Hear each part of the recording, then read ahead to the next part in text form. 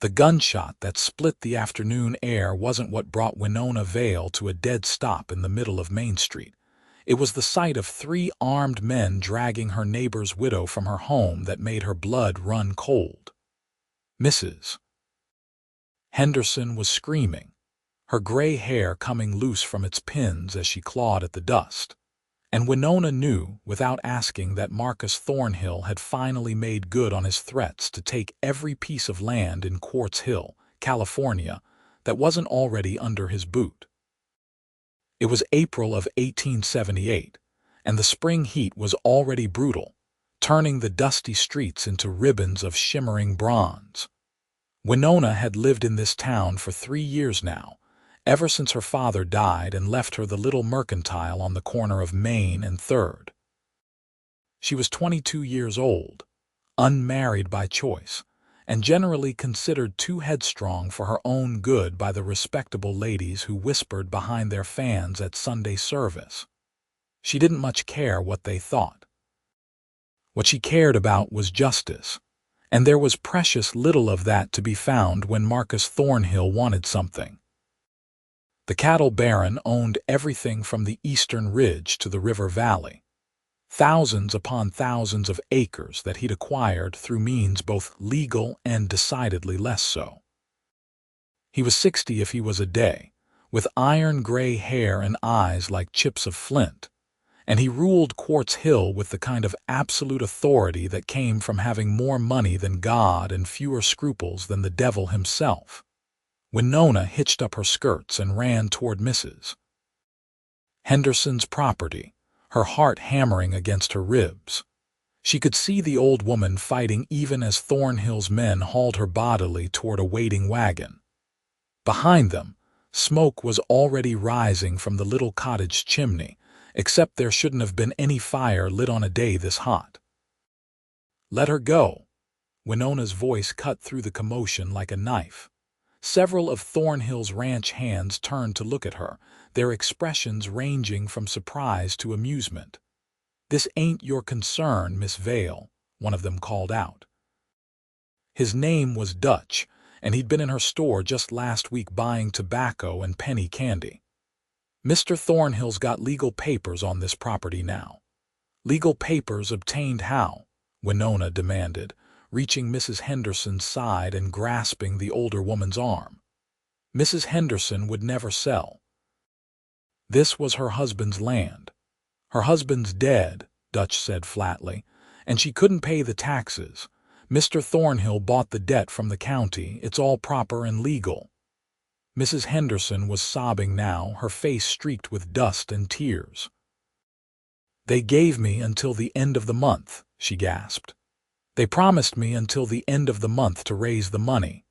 Plans changed," another of Thornhill's men said with a shrug. "Boss wants to start construction on the new bunkhouse right away. This here's the perfect spot." Winona felt rage building in her chest like a living thing. She'd heard the stories, knew how Thornhill operated. He'd buy up debts and then move the deadlines, or he'd file paperwork that somehow never made it to the actual property owners until it was too late. The sheriff was in his pocket, the judge was his second cousin, and anyone who complained too loudly had a tendency to find themselves on the wrong end of an unfortunate accident. "You can't just burn her house down," Winona said, fighting to keep her voice steady. "Even if you own the land, she has a right to remove her belongings. There are laws." "There are Thornhill's laws," Dutch said, and this time there was something almost apologetic in his tone. "And I'd suggest you step aside, Miss Vale, before you end up getting hurt."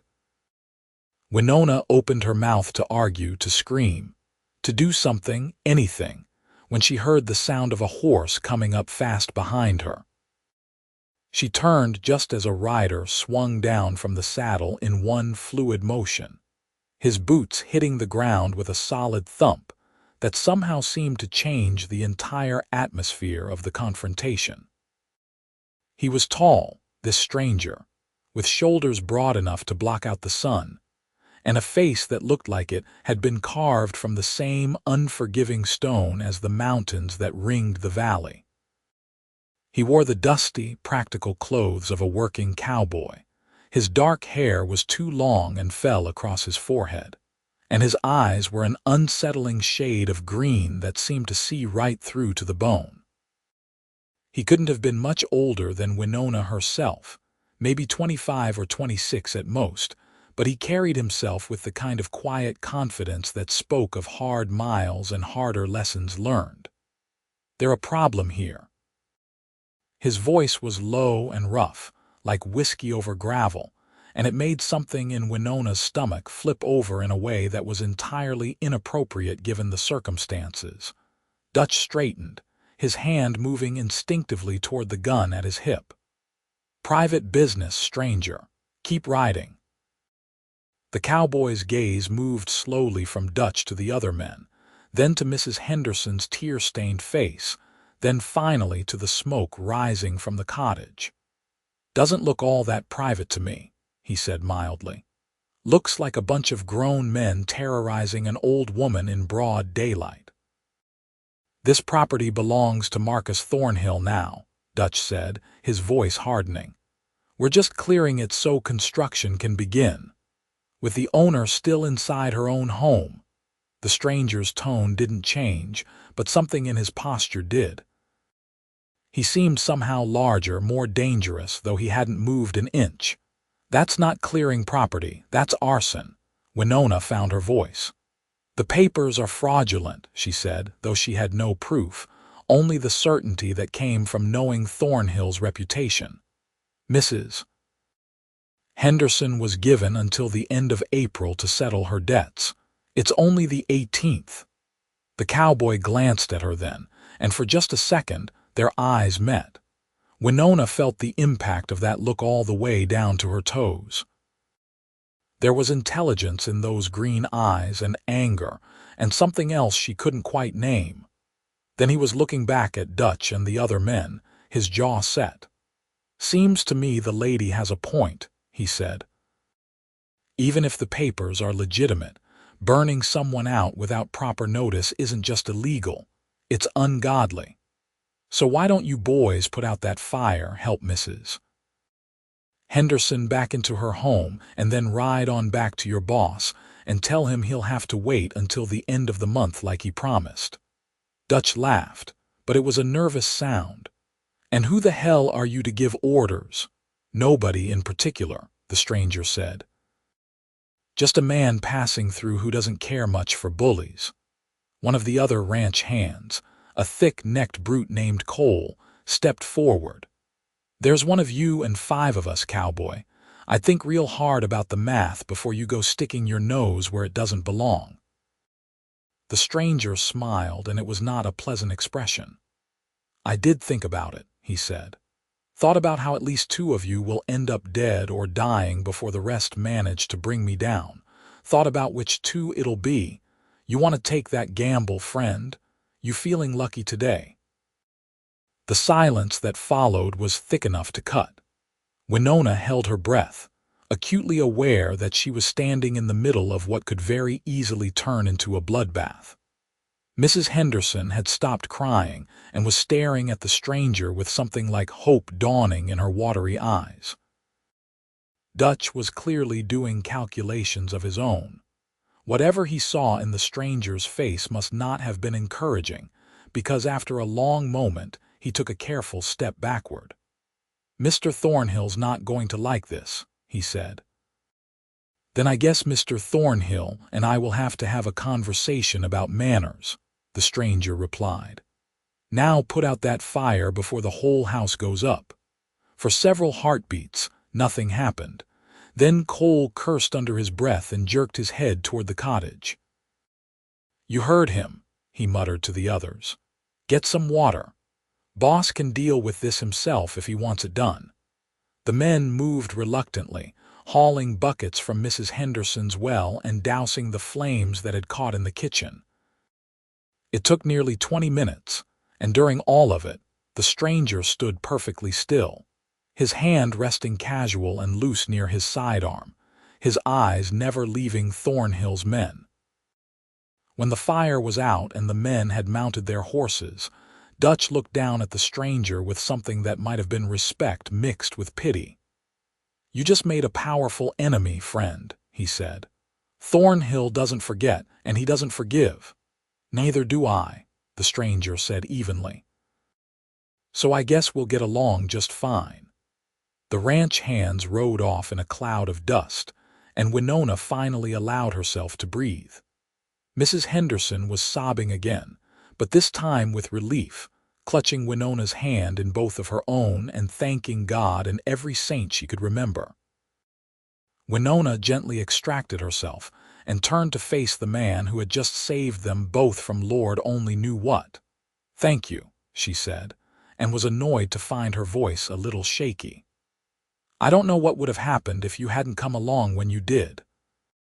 He touched the brim of his hat, a gesture that should have seemed quaint but instead felt oddly intimate. "Couldn't just ride by," he said simply. "Wouldn't be right." "What's your name?" Winona asked.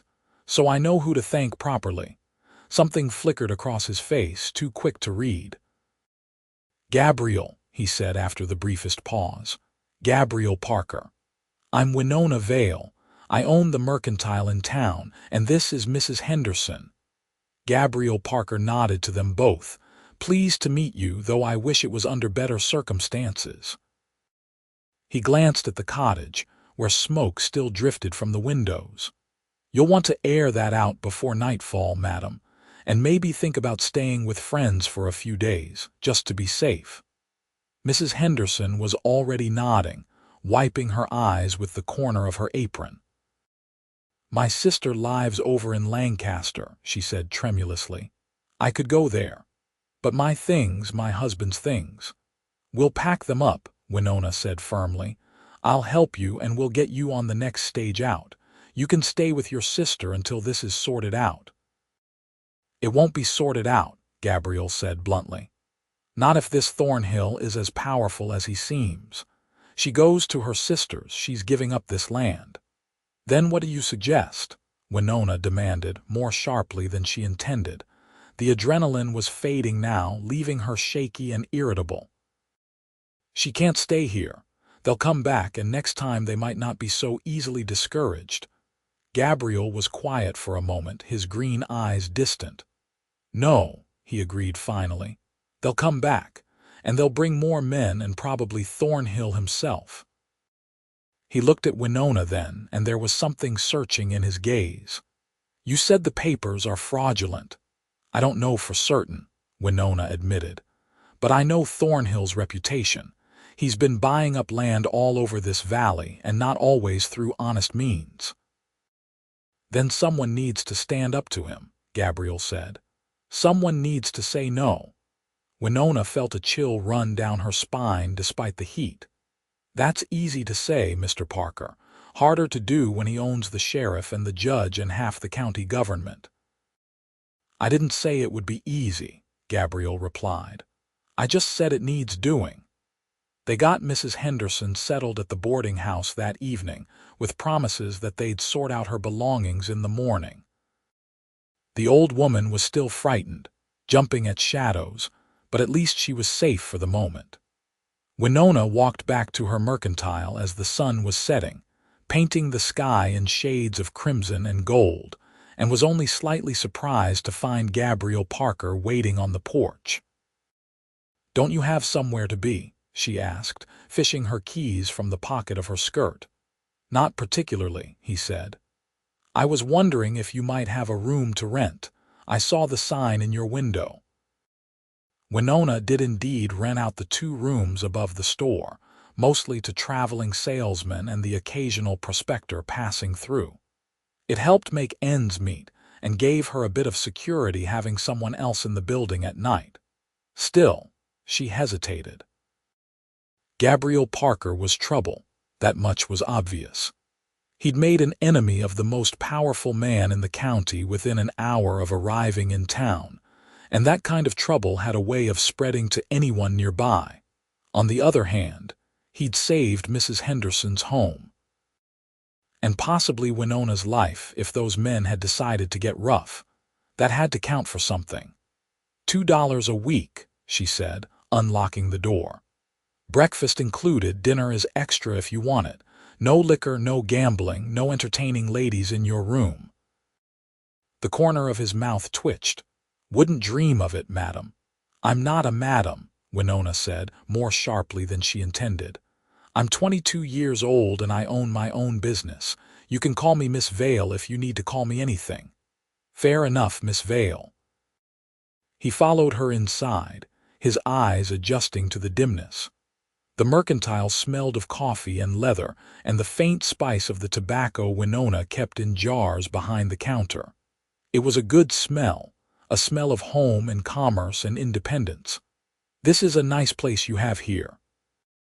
"My father built it," Winona said, leading him up the narrow staircase at the back.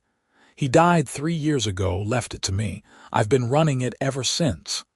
No family, no brothers or sisters, no one." The words came out flatter than she intended. "Just me." She showed him to the larger of the 2 rooms, which had a decent bed, a washstand, and a window that looked out over Main Street. It was clean and serviceable, if not particularly comfortable. Gabriel set his saddlebags down and looked around with the air of a man who'd slept in much worse places. "This'll do fine," he said. "Thank you." Winona nodded, suddenly aware that they were alone in a small room with a bed between them. It wasn't proper and she should leave immediately, but something kept her rooted to the spot. "Can I ask you something, Mr. Parker?" "Gabriel," he corrected. "And you can ask. Why did you help us today? You don't know Mrs. Henderson, you don't know me, and you've got nothing to gain by making an enemy of Marcus Thornhill. So why risk it?" Gabriel was quiet for a long moment, his gaze turning toward the window and the darkening street beyond. "I've seen too many bullies get away with too much," he said finally. "And I've stood by and done nothing too many times because it wasn't my fight. I guess I'm tired of standing by." There was something in his voice, some old pain or regret, that made Winona's chest tighten. She wanted to ask more, to understand what had put that look in his eyes, but it felt too intimate, too soon. Instead, she just nodded. "Well, I'm glad you were there today," she said, "even if it means trouble later." "There's always trouble later," Gabriel said with a slight smile. "Might as well make it count for something." Winona left him then, retreating to her own rooms on the other side of the hallway, but she found sleep difficult to come by. She kept thinking about green eyes and a rough voice, and the way Gabriel Parker had stepped between her and danger without a moment's hesitation. She kept thinking about how he'd smiled at her, just for a second, and how it had made her feel like she was standing on the edge of something vast and terrifying and wonderful all at once. She barely knew the man. He was a stranger who'd ridden into town that very afternoon. And yet somehow, in the space of a few hours, he'd managed to turn her carefully ordered world completely upside down. Morning came too soon, and brought with it a pounding on the mercantile door that rattled the windows in their frames. Winona stumbled downstairs in her dressing gown, her hair in a braid down her back, and pulled open the door to find Marcus Thornhill himself standing on her porch. He was even more imposing up close than he was from a distance. All granite jaw and cold eyes and expensive clothes that looked out of place in the dusty streets of Quartz Hill. Behind him stood Dutch and Cole and 3 other ranch hands, all armed, all watching her with expressions that ranged from uncomfortable to openly hostile. "Miss Vale," Thornhill said, touching his hat with mock courtesy. "I apologize for the early hour, but I'm looking for a man." "Tall fellow, dark hair, green eyes. I'm told he took a room here last night." Winona's heart was hammering, but she kept her voice steady. "I don't discuss my guests with strangers, Mr. Thornhill." His expression didn't change, but something flickered in his eyes.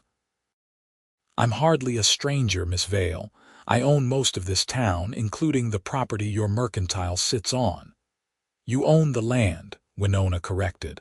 "I own the building. My father made sure of that before he died, and I'll thank you to remember it." Thornhill's jaw tightened. "The man I'm looking for interfered with my business yesterday. Threatened my employees. I'd like to have a conversation with him about proper behavior and respect for one's betters." "Then perhaps you should start by demonstrating proper behavior yourself," said a new voice, and Winona turned to see Gabriel descending the stairs behind her. He was fully dressed, his gun belt buckled, his expression calm but alert. Running roughshod over widows and burning down houses doesn't exactly scream respectability. Thornhill's eyes narrowed. "You're the one." "I'm the one who stopped your men from committing arson, yes," Gabriel agreed. He moved to stand beside Winona, not quite touching but close enough that she could feel the heat of him. "And I'll stop them again if they try it." "You don't know what you're dealing with, boy," Thornhill said, and there was real anger in his voice now. "This is my town. I built it, I own it, and I decide what happens here. Some drifter cowboy doesn't ride in and tell me how to conduct my affairs." "Then maybe you should conduct your affairs in a way that doesn't require telling," Gabriel said evenly. "Mrs. Henderson has until the end of the month." "Your own men said so. Hold to your word and there won't be any problem." "There's already a problem," Thornhill said. He took a step forward and his men moved with him. "The problem is you. You're a stranger here, you've got no stake in this land, and you've got no right to interfere. So I'm going to make this simple. You've got until sundown to be out of Quartz Hill. If you're still here when the sun goes down, my men will escort you out, and they won't be gentle about it." Winona felt Gabriel tense beside her, but his voice remained calm. "I don't respond well to threats, Mr. Thornhill, and I'm not going anywhere until Mrs. Henderson's situation is resolved fairly." "Fairly?" Thornhill laughed, but it was a harsh sound. "Boy, there's no such thing as fair. There's only power and who has the will to use it. I've got the power here, and you've got nothing but misplaced idealism and a fast draw. That's not enough." "Maybe not," Gabriel said, "but it's a start." For a moment, Winona thought Thornhill might actually go for his gun. The cattle baron's hand twitched, and she saw Dutch shift his weight, ready to back his boss's play. But then Thornhill seemed to master himself, his face settling back into cold disdain. "Sundown," he repeated. "After that, you're fair game. And Miss Vale, I'd suggest you reconsider harboring troublemakers. It would be a shame if something happened to this nice store of yours. Accidents happen, especially to people who don't know when to mind their own business." He turned and strode away, his men following like a pack of loyal dogs. Winona waited until they were out of sight before she let out the breath she'd been holding. "You should go," she said to Gabriel, though the words tasted like ashes in her mouth. "He means it. He'll have you killed if you stay." "Probably," Gabriel agreed. "But I told you last night, I'm tired of backing down from bullies." "This isn't backing down, it's being smart." Winona turned to face him, and was startled by how close they were standing. She could see the flecks of gold in his green eyes, could see the faint scar that ran along his jawline. "You can't fight him, Gabriel. He has too many men, too much money, too much power. All you'll do is get yourself killed, and for what? For a piece of land that doesn't even belong to you. For what's right," Gabriel said simply. "And maybe for a woman who's brave enough to stand up to a cattle baron even when she knows she can't win." Winona felt heat flood her cheeks. "I wasn't being brave, I was being stupid, if you hadn't been there. But I was there." He reached out slowly and tucked a strand of hair behind her ear. It was the barest touch, over almost before it began, but Winona felt it like a brand. "And I'm still here. So let's figure out how to help Mrs. Henderson keep her home." Winona wanted to argue, wanted to tell him again that he should leave, that this wasn't his fight. But looking into his eyes, she knew it would be useless. Gabriel Parker had made his decision, and nothing she said was going to change his mind. "Fine," she said, "but we do this smart. No more confrontations in the street, no more threats. We need to find out if those papers are actually legitimate, and if they're not, we need proof." "How do we do that?" "The county clerk's office," Winona said, her mind already racing. "All property transfers have to be registered there. If Thornhill's claim is fraudulent, there'll be something in the records. A discrepancy, a forged signature, something." Gabriel nodded slowly. "And the county clerk, he's honest. He's old and he likes his whiskey a little too much, but he's not in Thornhill's pocket as far as I know. He might help us if we ask nicely." "Then let's go ask." They rode out to the county seat in Lancaster that very morning, Winona on her little mare and Gabriel on a rangy bay gelding that looked like it could run for days without tiring. The journey took 3 hours across increasingly rough terrain, and Winona used the time to study her unlikely companion.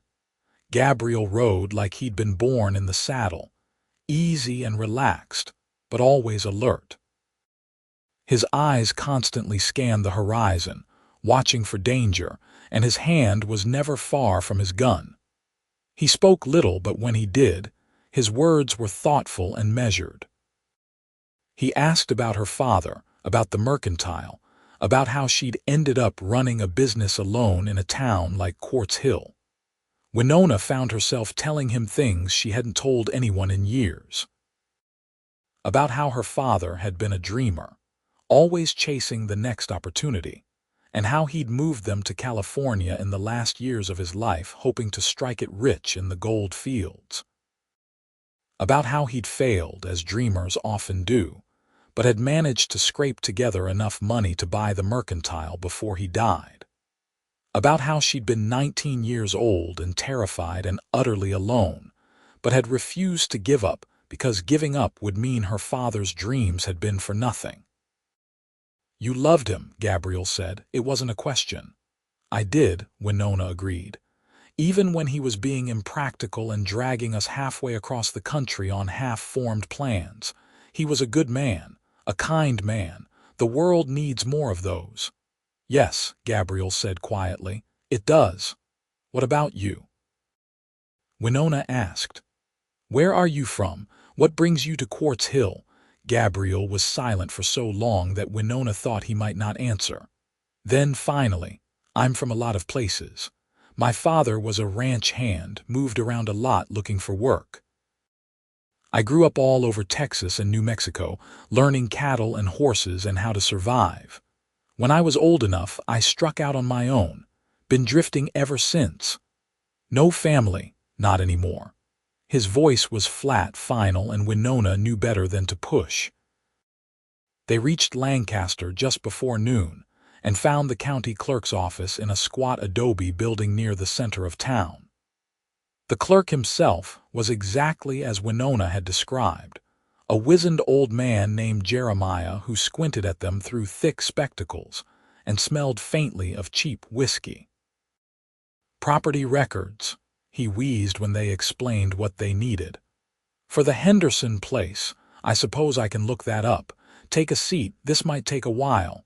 It took more than a while. It took nearly 2 hours of Jeremiah shuffling through stacks of moldering paperwork, muttering to himself and occasionally disappearing into the back room for long stretches. But when he finally emerged, he was carrying a ledger that he set down on the desk with a heavy thump. "Here we are," he said, tracing a gnarled finger down a column of entries. "Henderson property, purchased by Marcus Thornhill on April 10th of this year for the sum of $300, said sum representing outstanding tax debt owed to the county." "But Mrs. Henderson said she had until the end of April," Winona protested. Jeremiah shrugged. "According to this, the debt was due April 1st. She missed the deadline, the county seized the property, and Thornhill bought it at auction." "There was no auction," Winona said. "I would have heard about it."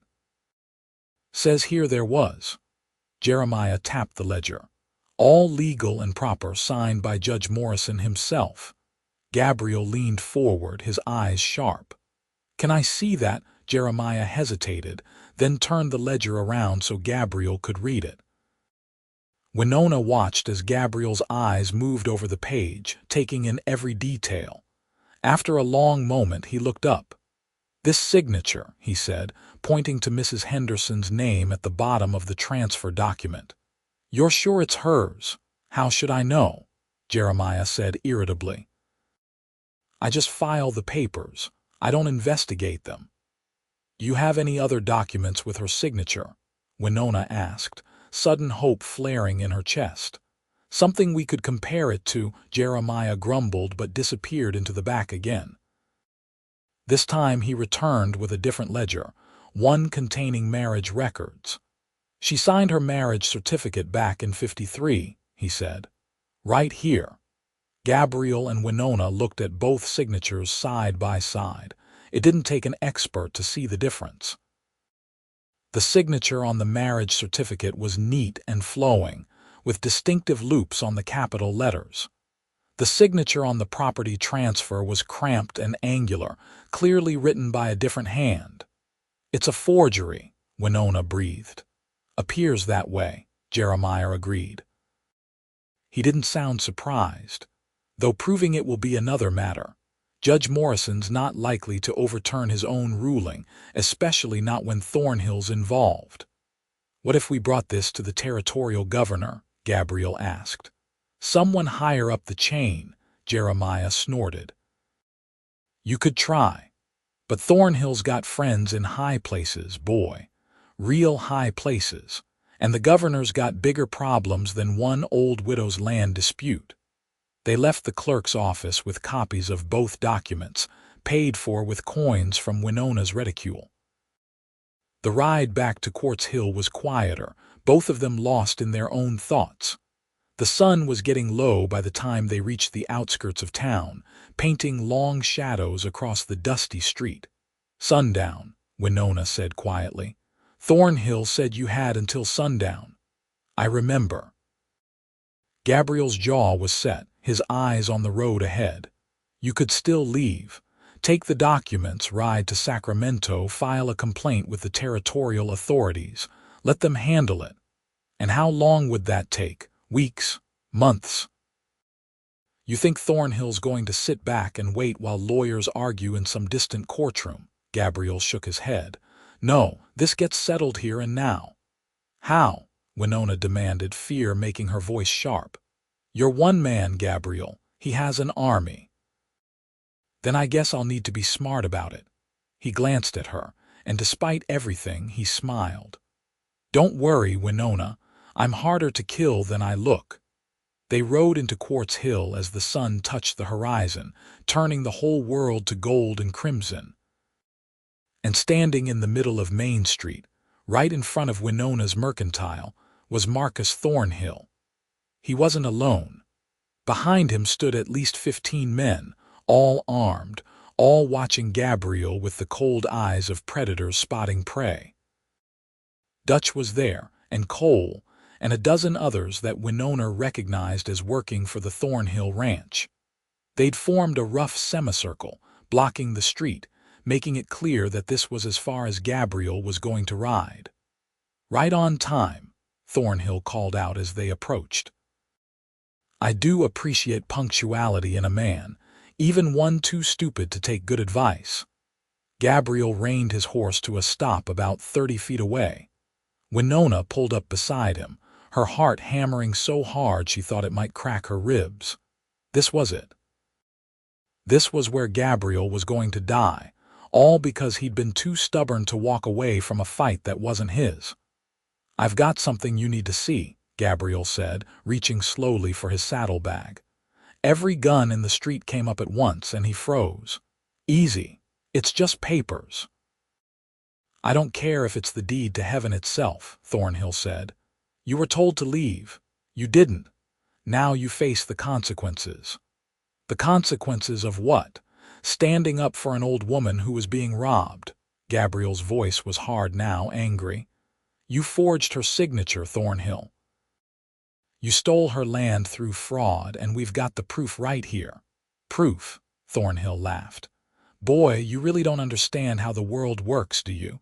There is no proof.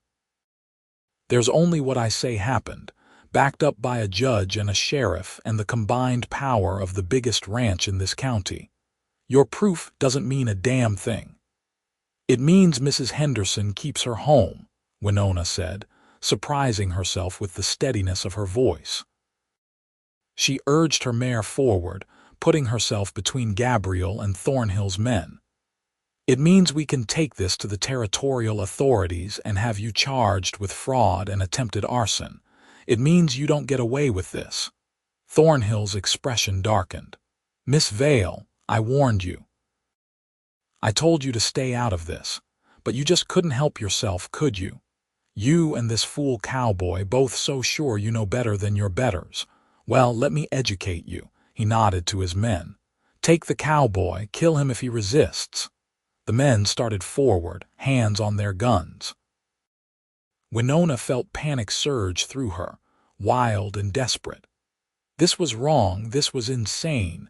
They were going to murder Gabriel right here in the street in front of God and everyone, and no one would stop them because Thornhill owned the law in this town. "No," she heard herself say. The word came out louder than she intended, sharp and clear in the heavy evening air. Thornhill's men paused.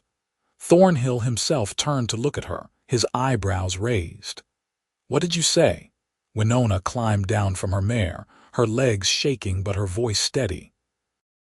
She walked forward until she was standing directly in front of Thornhill, close enough to see the network of broken veins in his nose, close enough to smell the cigars and whiskey on his breath.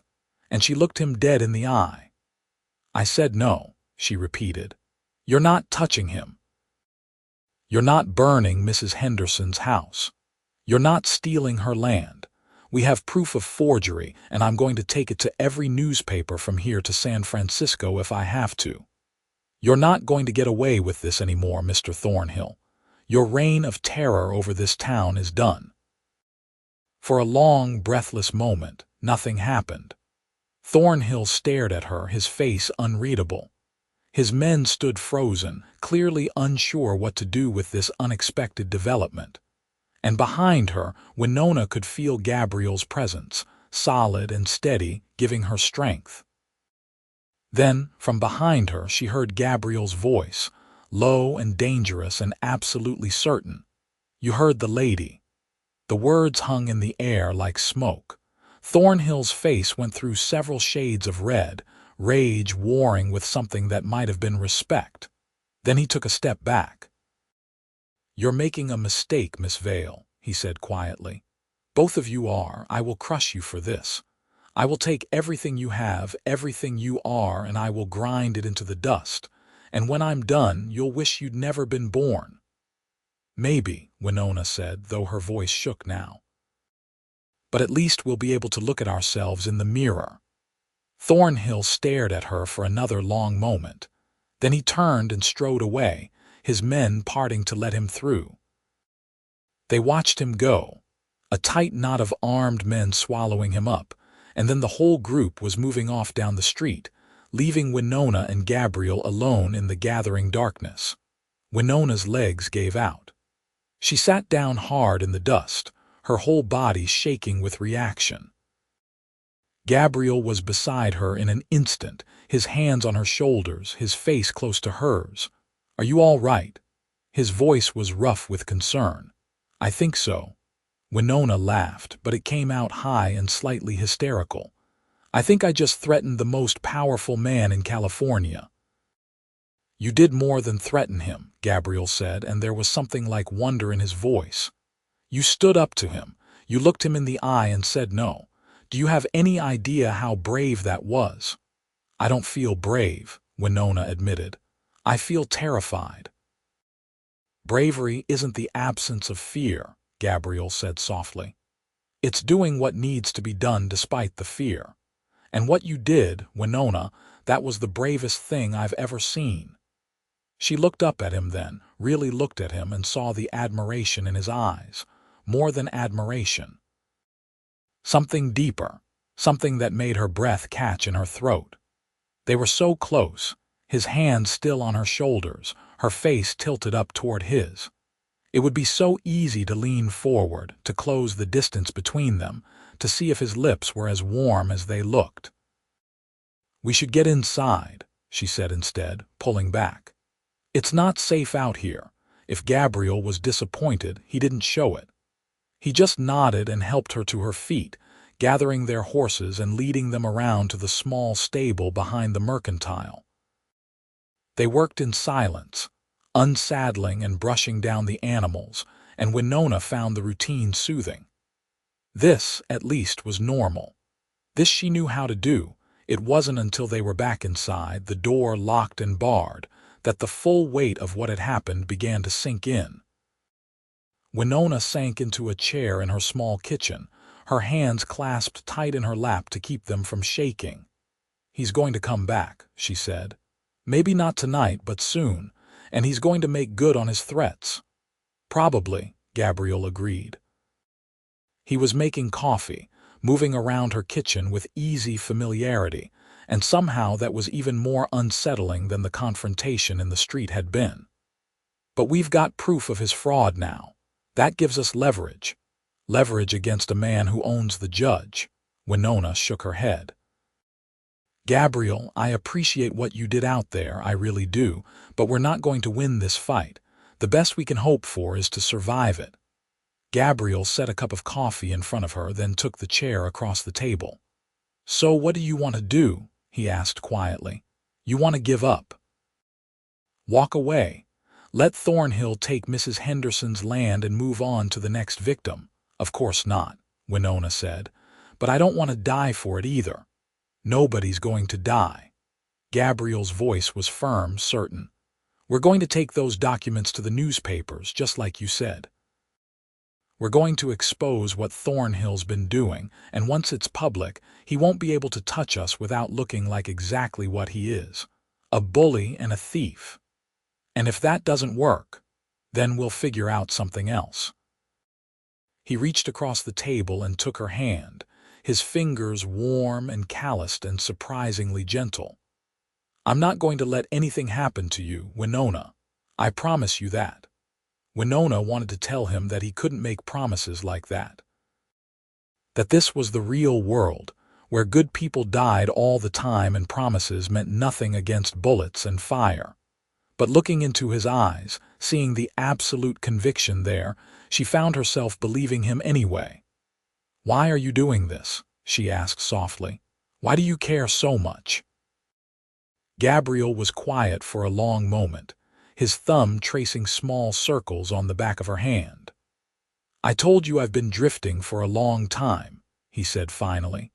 "Moving from place to place, never staying anywhere long enough to put down roots, and I've seen a lot of injustice in that time. A lot of people getting hurt by folks with more power than conscience, and I've told myself it wasn't my problem, that I was just passing through, that getting involved would only make things worse." He paused, his jaw tight. "But the truth is, I was a coward. I was scared. And I let that fear keep me from doing what was right. Well, I'm done with that. I'm done standing by. And maybe I can't fix the whole world, but I can help one old woman keep her home. I can stand beside one brave shopkeeper who's willing to face down a cattle baron. That has to count for something." Winona felt tears prick her eyes. She blinked them back, but not before Gabriel saw. He squeezed her hand gently. "We're going to get through this," he said. "Together." And despite everything, despite the danger and the fear and the certain knowledge that Marcus Thornhill was not a man who forgave or forgot, Winona found herself nodding. Because somewhere in the last 2 days, she'd stopped thinking of Gabriel Parker as a stranger passing through. Somewhere along the way, he'd become something more. Something important. Something like hope. The next few days passed in a strange kind of limbo. Winona and Gabriel took copies of the forged documents to the editor of the Quartz Hill Gazette, a nervous young man named Timothy, who nearly fainted when he realized what they were asking him to print. But to his credit, once he'd recovered, he'd agreed.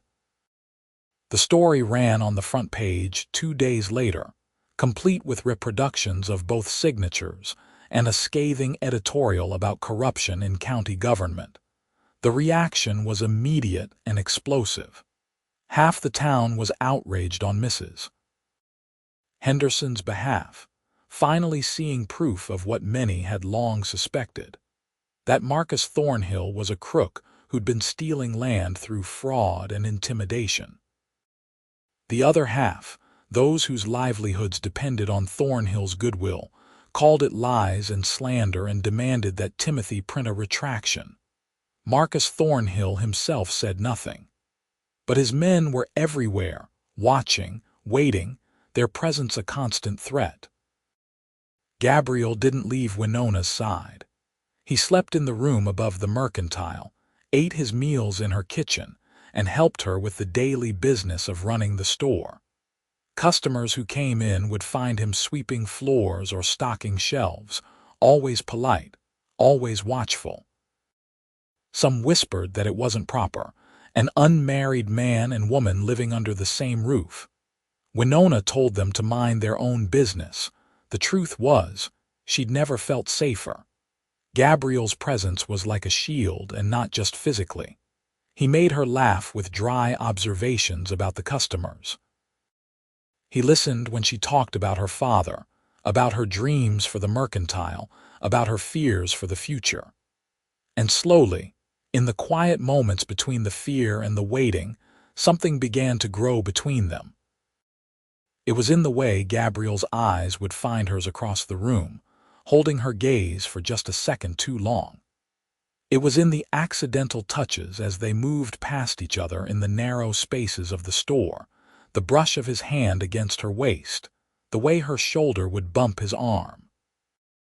It was in the conversations that stretched late into the night, sitting at her kitchen table, talking about everything and nothing while the candles burned low.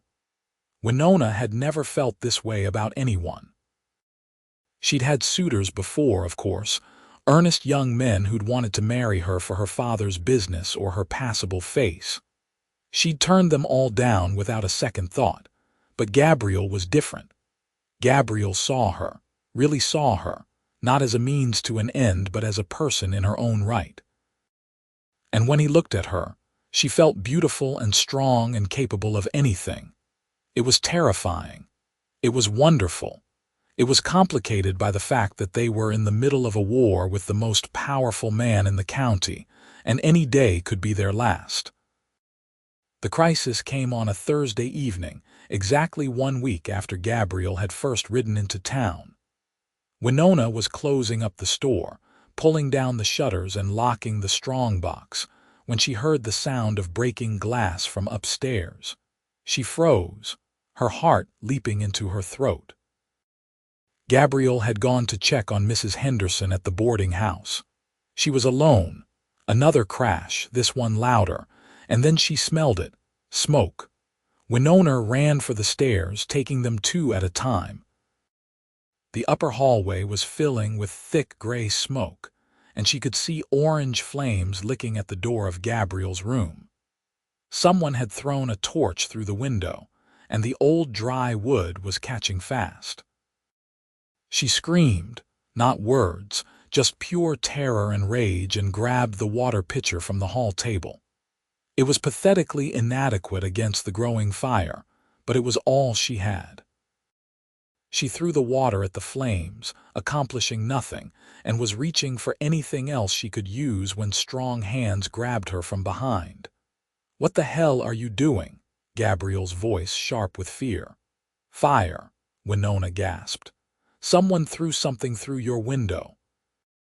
Gabriel cursed, a long string of words that Winona's father would have washed his mouth out for.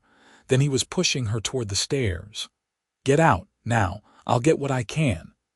"You can't go in there. Go." He shoved her not gently toward the staircase. "Get outside and raise the alarm." "We need help." Winona ran, her eyes streaming from the smoke, her lungs burning.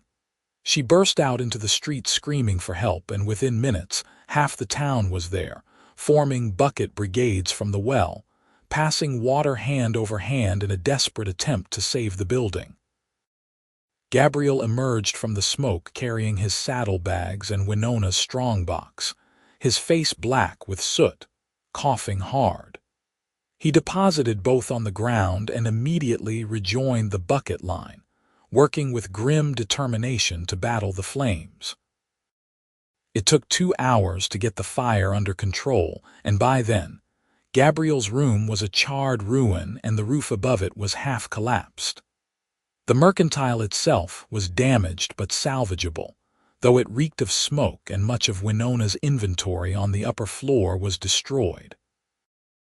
Winona stood in the street, watching the last of the flames being doused, and felt something inside her break. This was her home, her father's legacy, her whole life, and someone, almost certainly on Thornhill's orders, had tried to burn it to the ground. "I'm going to kill him," she said quietly. "I'm going to walk up to Marcus Thornhill's ranch and put a bullet right between his eyes." "No, you're not." Gabriel was beside her, his face still streaked with soot, his voice rough from smoke. "That's exactly what he wants. He's trying to provoke you into doing something stupid so he can have you arrested or killed with legal justification." "I don't care," Winona said, and was startled to realize she was crying. "I don't care anymore, Gabriel. He's taken everything. My home, my business, my sense of safety."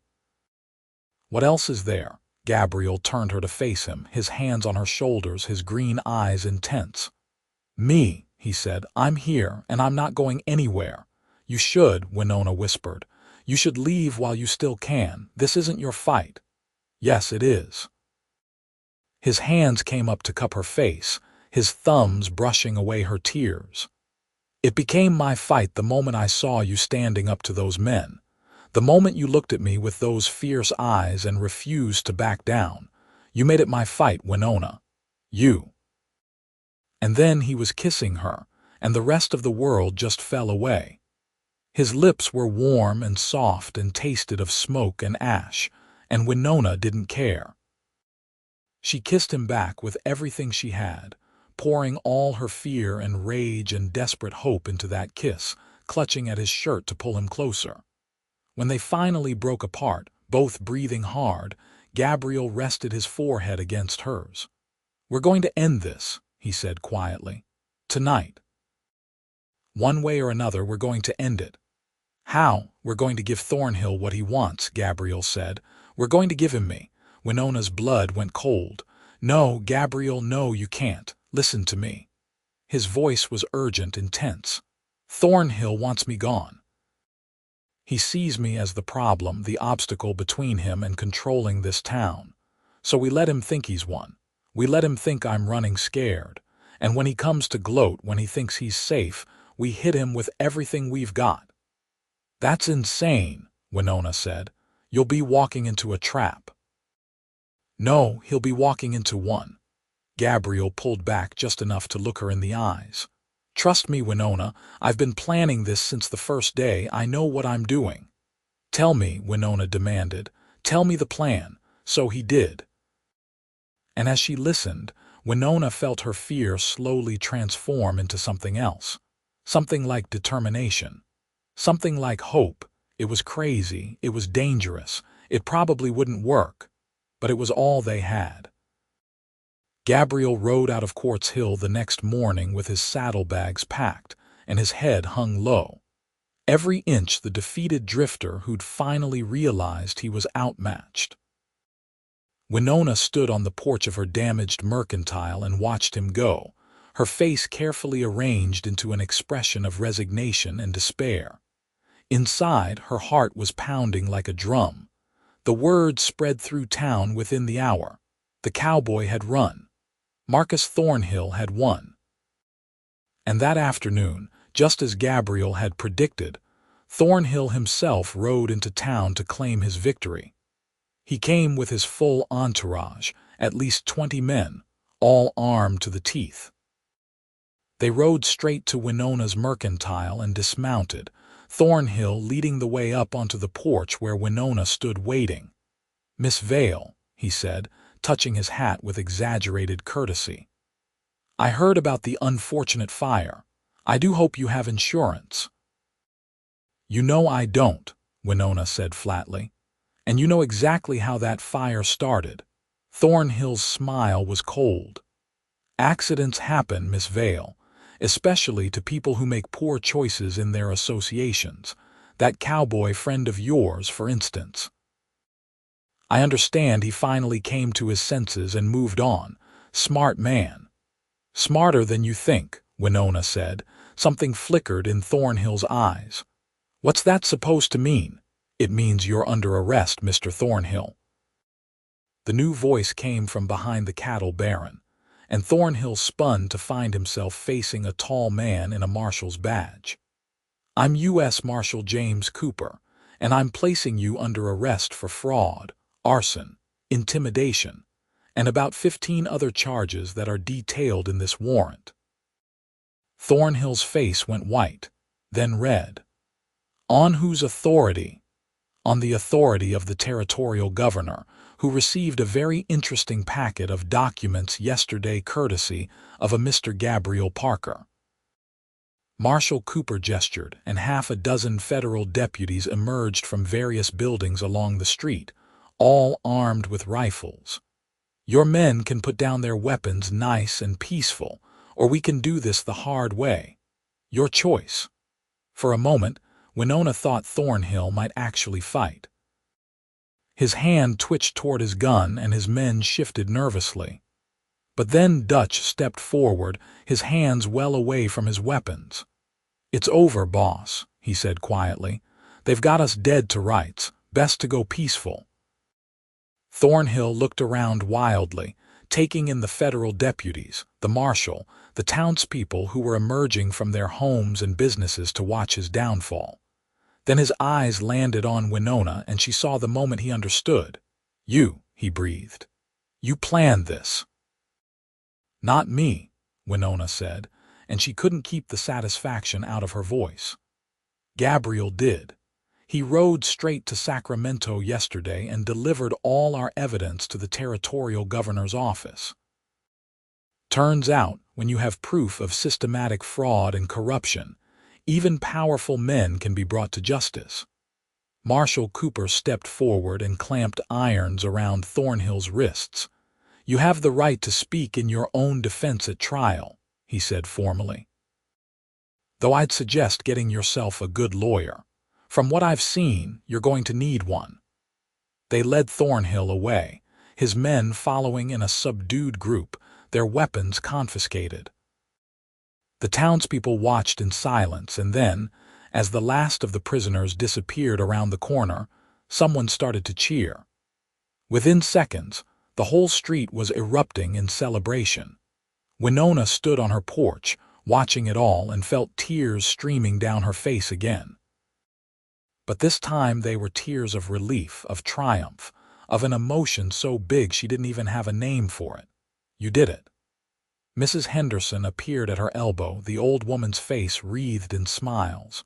"You actually did it, dear. You saved my home. You saved all of us."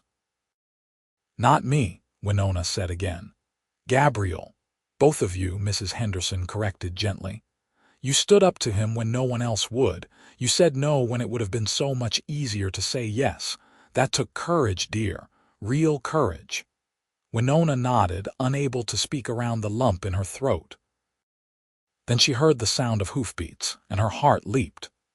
She turned to see Gabriel riding back into town, his bay gelding moving at an easy lope, his face split with a grin that made him look years younger. He swung down from the saddle and Winona ran to him, propriety be damned, throwing herself into his arms. He caught her easily, lifting her off her feet and spinning her around, both of them laughing like children. "You did it," she said when he finally set her down. "Gabriel, you actually did it." "We did it," he corrected, echoing Mrs. Henderson. "You're the one who stood up to him, Winona. You're the one who gave me the courage to see this through." "I thought you were really leaving," Winona admitted. When you rode out yesterday, I thought I might never see you again. Did you really think I'd leave you to face Thornhill alone? Gabriel cupped her face in his hands, his expression tender. Winona, I told you, I'm not going anywhere. Not unless you want me to. I don't want you to, Winona said, her voice barely above a whisper. I don't ever want you to leave. Then I won't. And he kissed her again, right there in the middle of Main Street with half the town watching, and Winona kissed him back and didn't care who saw. The trial of Marcus Thornhill took place 6 weeks later in Sacramento, and it was the scandal of the decade.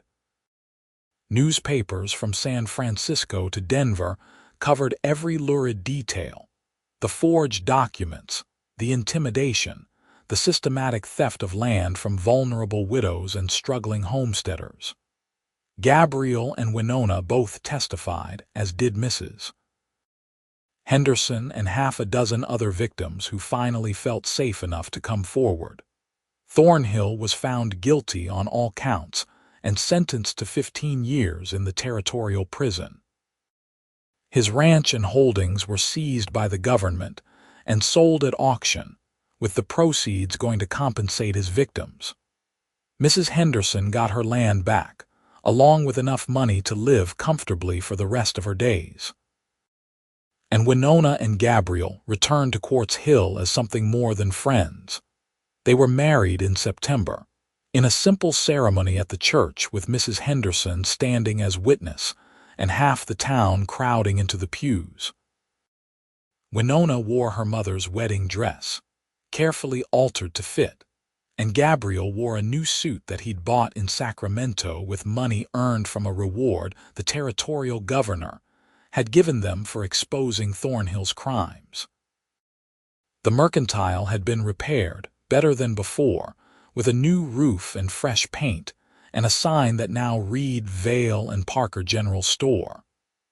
Gabriel proved to have a good head for business, and between his work and Winona's, the store began to thrive. They added a small ranch on the outskirts of town, just a few horses and some cattle, enough to keep them comfortable, and they were happy. It was a quiet happiness, built on shared work and shared dreams and the kind of deep understanding that comes from having faced down darkness together and come out the other side. They had their disagreements, of course. Winona was stubborn and Gabriel was proud, and they could both dig in their heels when they thought they were right. But they always talked it through, always found their way back to each other. 2 years after the trial, their first child was born, a son they named Thomas, after Winona's father. He had Gabriel's green eyes and Winona's stubborn chin, and he was the light of their lives. A daughter followed 2 years later, then another son after that. The house they built on the ranch property was always full of noise and laughter, and the kind of chaotic joy that comes from a family that truly loves each other. Gabriel never talked much about his past, about the years of drifting and the ghosts that had driven him from place to place. But sometimes, on quiet evenings when the children were asleep, and they sat together on the porch watching the sun set over the California hills, Winona would see something in his eyes. A shadow, a memory of pain. And she would take his hand and squeeze it gently, and he would smile at her and the shadow would fade. "You ever regret it?" she asked him once, years later when their children were grown and starting families of their own. "Staying here, I mean. You could have kept drifting, kept moving. You didn't have to tie yourself down to one place." Gabriel looked at her with those green eyes that still made her heart skip after all these years. "I never felt tied down," he said quietly. "I felt like I'd finally found a place worth staying for, a reason to put down roots." He reached out and tucked a strand of gray-streaked hair behind her ear, just as he had that first morning in her mercantile. "I found you, Winona. Everything else was just details, Mrs. Henderson lived to be 93, passing peacefully in her sleep in the cottage that Gabriel and Winona had helped her keep. At her funeral, Nearly the whole town turned out to pay their respects to the woman whose courage, along with Winona's and Gabriel's, had broken Marcus Thornhill's stranglehold on Quartz Hill. The town itself grew and prospered. New families moved in, drawn by the promise of fair treatment and honest governance. A new sheriff was elected, one who wasn't in anyone's pocket, and a new judge was appointed who actually believed in justice. The story of how a shopkeeper and a cowboy had stood up to corruption became the stuff of local legend, told and retold until it took on an almost mythical quality. But to Winona and Gabriel, it was never a myth. It was just the truth of how they'd found each other, how they'd fought for what was right, and how they'd built a life together in the shadow of the California hills. On their 50th wedding anniversary, their children and grandchildren gathered at the ranch for a celebration. There was food and music and stories that grew taller with each telling. And when the sun began to set and the party began to wind down, Winona and Gabriel slipped away to their favorite spot on the porch. They sat together in the rocking chairs Gabriel had built for their 30th anniversary, holding hands, watching the sky turn from gold to crimson to deep purple. They didn't need to talk. After 50 years, words were often unnecessary, but finally, Gabriel spoke. "Do you remember that first day?" he asked softly. "When you stood up to Thornhill in the street?" "I remember being terrified," Winona said with a small laugh. "I thought for sure we were both going to die." "I remember thinking you were the bravest person I'd ever seen," Gabriel said. "Standing there, facing down a man with all the power in the world, and you just looked him in the eye and said no." "And you backed me up," Winona reminded him. "You said you heard the lady. In that moment, I knew everything was going to be all right. I knew I wasn't alone anymore." "You were never alone," Gabriel said. "Not from that moment on." They sat in comfortable silence as the stars began to emerge one by one in the darkening sky. Inside, they could hear their family laughing and talking, the sound of multiple generations gathered under one roof. It was a good sound. A sound of love and continuity and hope for the future. "We did all right, didn't we?" Winona said eventually. "With our life, I mean, we made something good." Gabriel brought her hand to his lips and kissed it gently. "We made something wonderful," he corrected. "We made a family, we made a home. We made a difference." He paused, then added softly, "We made each other happy." What more could anyone ask for? Winona leaned her head against his shoulder, feeling the steady rhythm of his breathing, the warmth of his body next to hers. She thought about that frightened young woman who'd run a mercantile alone, who'd been so sure she'd never find love, never find partnership, never find someone who saw her as an equal. And she thought about the drifter cowboy who'd ridden into town with ghosts in his eyes and a stubborn streak a mile wide. They'd found each other in the dust of a California street, in the shadow of injustice and fear. And they'd built something beautiful together, something lasting. Their love story might have started with conflict and danger, but it had grown into something deeper, something richer, something that had lasted a lifetime and would endure in their children and grandchildren for generations to come. "I love you, Gabriel Parker," Winona said quietly. "I have from the moment you stepped up behind me and made me feel like I wasn't fighting alone." "I love you too, Winona Vale Parker," Gabriel replied. "And I will until my last breath and beyond." They sat there until the stars filled the entire sky, two old people who'd lived a grand adventure disguised as an ordinary life. And when they finally went inside to rejoin their family, they went hand in hand, just as they'd done everything for the past 50 years, together.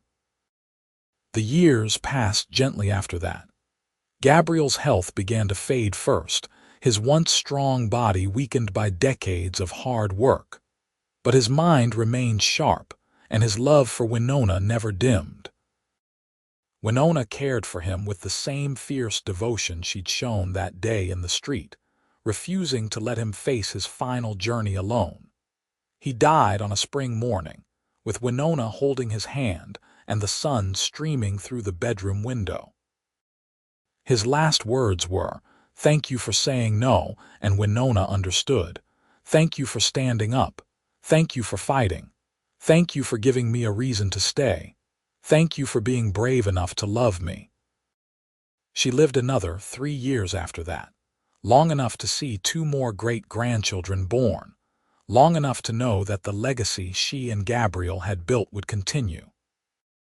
And when her own time came, she went peacefully, a smile on her face, dreaming of a tall cowboy with green eyes who'd once ridden into town and changed her life forever. They were buried side by side on a hill overlooking the ranch, under a pair of oak trees they'd planted on their 10th anniversary. The headstones were simple, just their names and dates and a single inscription chosen by their children. She stood. He stood with her. Together, they changed everything. And in Quartz Hill, California, their story lived on. It was told to children as a bedtime tale, to teenagers as a lesson in courage, to adults as a reminder that ordinary people could do extraordinary things when they refused to accept injustice. The mercantile still stood, though it was a historical landmark now, and tourists came from all over to see where it had all begun.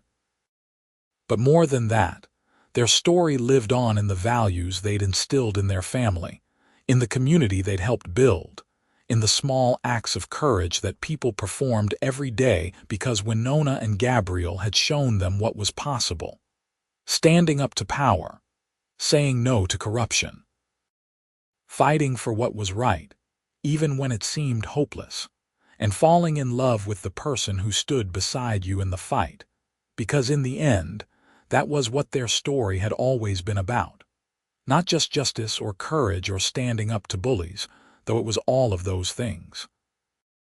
It was about 2 people who found each other in the most unlikely circumstances and built a love that lasted a lifetime.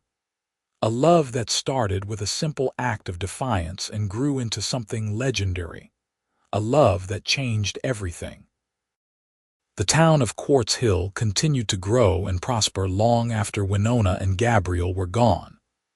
The ranch they'd built became a family legacy, passed down through generations, each one adding their own chapter to the story.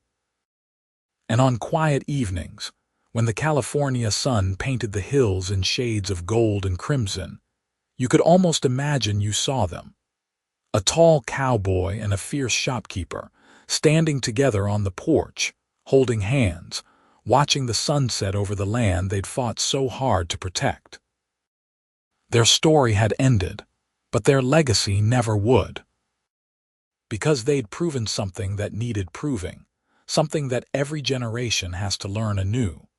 That ordinary people can change the world, that love is worth fighting for, and that sometimes the most powerful thing you can do is stand your ground and say, simply and clearly, no. And if you're very lucky, someone will be standing behind you to say, "You heard the lady."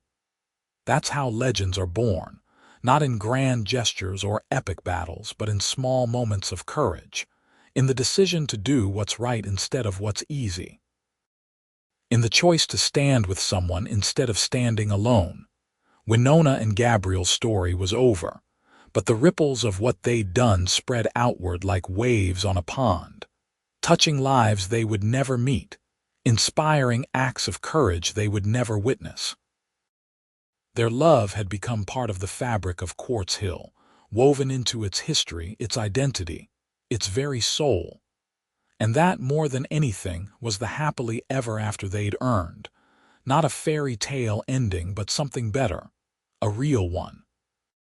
A legacy of love and courage that would outlive them both and continue to inspire for generations to come. In the end, they'd done more than save Mrs. Henderson's cottage or bring down Marcus Thornhill. They'd shown an entire community what was possible when good people refused to back down. They'd proven that love could flourish even in the hardest soil, that family could be built from courage and shared purpose, and that the most ordinary lives could contain the most extraordinary love stories. And somewhere in whatever comes after this life, you had to believe they were still together, still holding hands, still standing side by side, facing whatever came next the way they'd faced everything. Together, unafraid and absolutely certain that as long as they had each other, they could weather any storm. That was their story. That was their legacy. That was the truth of Winona Vale and Gabriel Parker, who stood before a cattle baron and said no, who found love in the midst of chaos, and who built something beautiful that lasted long after they were gone. And it all began with a single moment of courage in the dusty streets of a small California town, when a shopkeeper refused to back down and a cowboy decided to stand with her. Everything else, as Gabriel once said, was just details.